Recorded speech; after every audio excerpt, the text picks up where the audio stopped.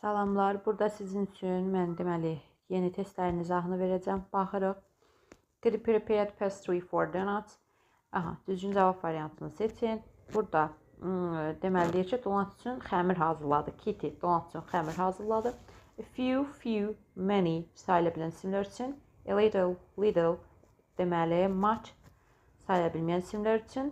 A lot of isə hər ikisi üçün işlədilir.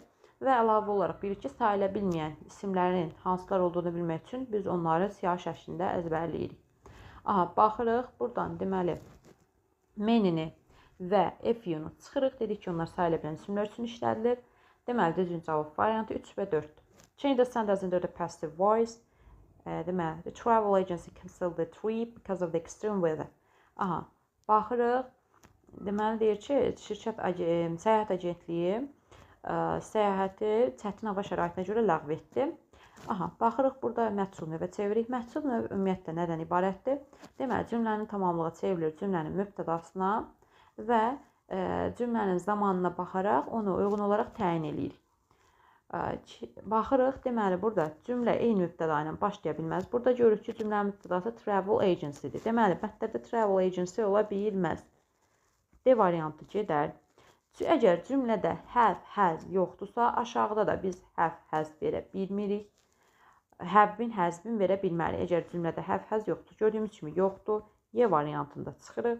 Was been, is been, are been belə ifadələr düzgün deyil. Onları da çıxırıq bəndlərdən. Baxırıq indi cümləmizə.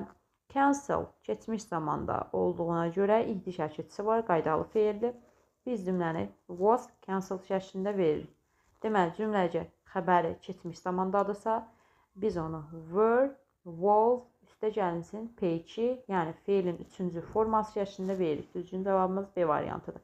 A variantı niyə olmur desək, burada deməli, cümlənin tamamlığı tripdir. Travel is cancelled yox, trip was cancelled olmalıdır. Aha. Yəni, baxaq, attendance in the seminar isn't necessary, so you go or not. Deməli, baxırıq burada, baxaq cümləmizə önəmli deyil. Ought-un tuyu yoxdur. Ought olmalıydı, ought-un tuyu olmalıydı. Deməli, couldn't ola bilməz, çünki cümlə indiki zamandan uzlaşmalıdır. Gəldi, deməli, cümlə ya don't have to ya da can't ya da can olmalıdır. İkisi də doğrudur bu cavabların. Ona görə 2 dənə doğru cavab variantı ola bilməz bir testdə. Ona görə düzgün cavab, deməli, can olmalıdır. Deməli, deyir ki, seminarda iştirak əhəmiyyətli deyil.